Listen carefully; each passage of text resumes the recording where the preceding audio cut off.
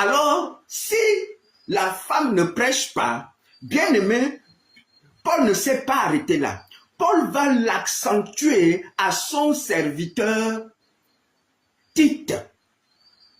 Avec Tite, Paul vient accentuer pour bien dire à Tite comment il doit diriger l'église. Bien aimé, écoutez ce que Paul va dire à Tite dans Tite chapitre 2, dès le verset 5.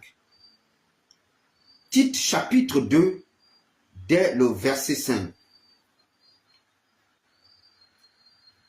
Dès le verset 5, il dit ceci au verset 5, à être retenu, chaste, occupé, aux soins domestiques, bonnes, soumises à leur mari, afin que la parole de Dieu ne soit pas blasphémée. Donc, en vérité, pourquoi on dit que la femme ne doit pas prêcher? Parce que il ne faut pas que la parole de Dieu soit blasphémée.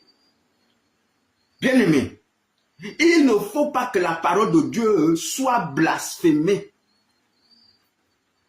Et il dit que les femmes doivent être quoi? Soumises, afin que la parole de Dieu ne soit pas blasphémée.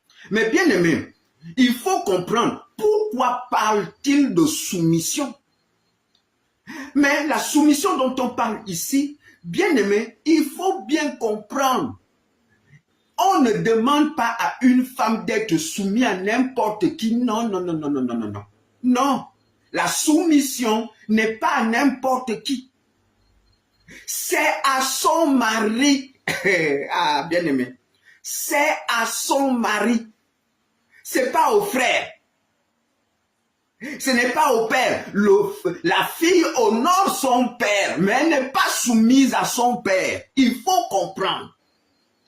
Lorsqu'on parle de soumission, pour qui empêche la femme de prêcher, c'est parce qu'elle doit être soumise à qui?